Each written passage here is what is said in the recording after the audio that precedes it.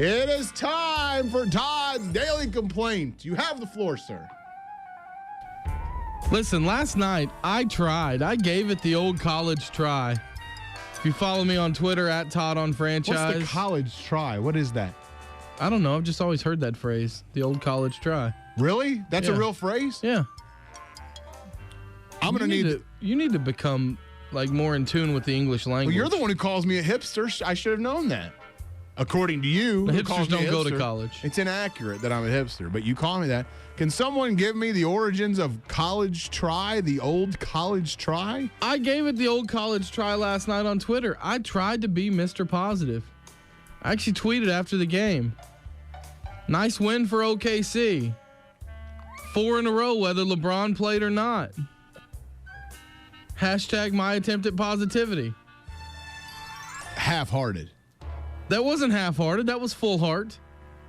If you have to acknowledge on the actual tweet that it's your attempt at positivity, it is by default that's because a half-hearted attempt at positivity. In general, and this is just the way I operate when I watch sports, I generally find the things that people do wrong, they stand out to me more than the things that people do right. That's just the way I am. That's my nature. And last night, one player for the Thunder did something completely wrong. In fact, he did nothing at all.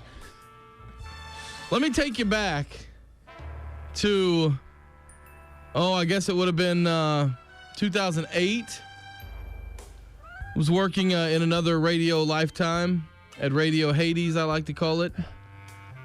Was doing an NBA draft show because, the Sonics were going to come to Oklahoma City, and we figured we'd cover the NBA draft. My job was, hey, you know what, Todd? You research all the European and international players. So I'm going through my list of players to research, and I found this Serge Ibaka, or however you pronounced his name at the time. And I thought, I'll give this guy a look. So I YouTubed him up. I found a video of Serge Ibaka playing against what looked like 2A white kids from some farm town in Oklahoma. They were all about 5'8" or 9", and Ibaka towered over them. Mm-hmm. I thought, all right, this isn't a real thing. No one's going to draft this guy. And then I saw a kid on a breakaway layup, and Serge Ibaka jumped up and blocked the shot above the square on the backboard. Oh, come on. Above the square? Serious. Above at least the top of the square, maybe a little above it. What? How old was he? This is when he was 18, I guess, or 19, whatever you got to be to get in the draft. Above the squares. So, that sounds a bit overstated. It was up there. Okay. So I'm watching this, and that caught my eye.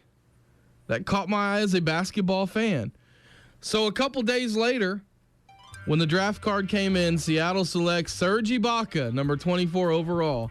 The local media here, oh, what a wasted pick. What are they going to do with this guy? Just stash him away in Spain, and then he'll never play for the Thunder? Or for the Oklahoma City Sonics at the time. Mm-hmm.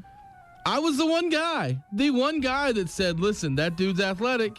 He's got talent. He can flat get up. You changed the thought process. I was the guy. Of all of Oklahoma City. 2 people in Oklahoma City, Sam Presti and Todd Lisenbee, knew that Serge Ibaka was worth a draft pick at number 24. Mm-hmm. And Sam Presti wasn't even in Oklahoma City then. He was in Seattle. So right. One person. Right, one person in Oklahoma But last night, Serge Ibaka, that same guy that jumped up and blocked a shot at the top of the square of the backboard, maybe above. As this story gets older, he blocked it over the backboard. Got 0 freaking rebounds. 0. Serge Ibaka fouled out with 7 points and no rebounds. You want to hear Serge Ibaka's rebounds the last 5 games, the 5 games in December? 0 against the Cavs, 5 against Milwaukee, 13 against Detroit. Way to go, you did your job.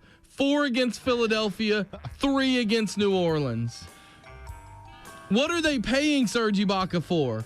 He's 6'10" and can touch the top of the square on the backboard to shoot threes. No, top of the backboard, right? Top, yes. The shot clock. He can jump and land on his feet on top of the backboard. And he's out there shooting threes. His performance last night was so bad that after the game, Kendrick Perkins had to have gotten the box score and looked at it and said, damn, Serge, you were overpaid. 7 points and no rebounds. Even Kendrick Perkins thinks you had a crappy game last night. In the words of the late great Abe Lemons, you got the same amount of rebounds as a dead man. Congratulations. Serge Ibaka. Oh, he's an all-star. He's going to get a rebound. That has been Todd. 6'10" for crying out loud. I could get a rebound, and I'm 6'2" and weigh 400 pounds. That has been 6'1". All right, Todd's fine. daily complaint. Woo! Boy, I had a lot of smoke to it. Woo! Somebody get a fire extinguisher in there. That was a terrible game by Serge Ibaka last night. I mean, I hear you on all that, but don't get the only thing I object to in your entire rant.